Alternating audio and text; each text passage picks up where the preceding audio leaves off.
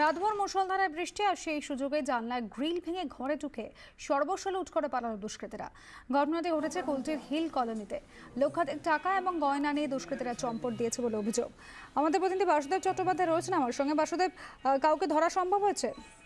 না দেখো, এখনো পর্যন্ত কাউকে ধরা সম্ভব হয়নি এবং এই কালকে যেভাবে বজ্রবিদ্যুৎ সহ বৃষ্টি হচ্ছে তারই সুযোগ নিয়ে পেছন দিকে জানলা ভেঙে ঘরের সমস্ত জিনিসপত্র তারা নিয়ে পালিয়ে গেছে এবং কয়েকদিন আগেই লকার থেকে তার সোনা দানা গয়না যেগুলো বার করেছিল, একটা আত্মীয় বাড়িতে যাওয়ার জন্য, বিয়ে বাড়ি ছিল সেই জন্যই বার করে রেখেছিল এবং যাওয়ার ছিল সেই জন্যই বার করে রেখেছিল এবং আলমারি ভেঙে যেভাবে সমস্ত গয়না নিয়ে চম্পট দিয়েছে তাতে বাড়ির যারা সদস্য তারা মাথায় হাত। ইসকোর তিনি কর্মী ছিলেন এবং ইতিমধ্যে কুলটি থানায় অভিযোগ দায়ের করা হয়েছে। কুলটি থানা পুলিশ তদন্ত শুরু করেছে।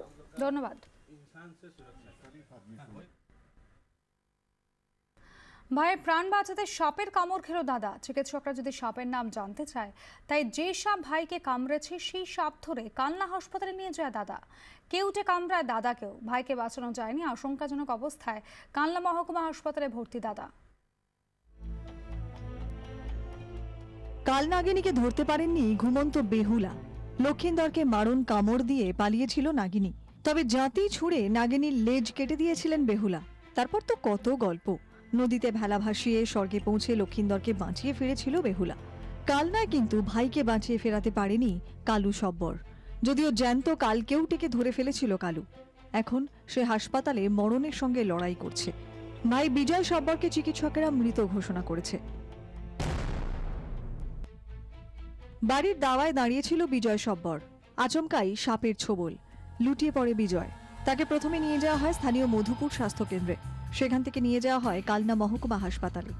ভাইকে সাপে ছোবল মেরেছে। চিকিৎসকরা জানতে চাইবেন কি সাপে কামড়েছে, তাই আর দেরি না করে সাপটিকে ধরতে যায় দাদা কালু সব্বর। সাপ তাঁকেও কামড়ায়, কিন্তু কেউটের কামড় সহ্য করে সাপকে ধরে হাসপাতালে ছুটে যান দাদা।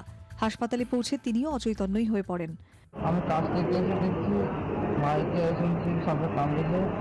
সাপটাকে আমি একটা বড় কুকার নিয়ে সাপটাকে চেপে ধরতে গেছি আর আমার কামড়ে দিয়েছে। হাসপাতালে মরণের সঙ্গে লড়াই করছে বড় ছেলে। ছোট ছেলেকে বাঁচানো যায়নি।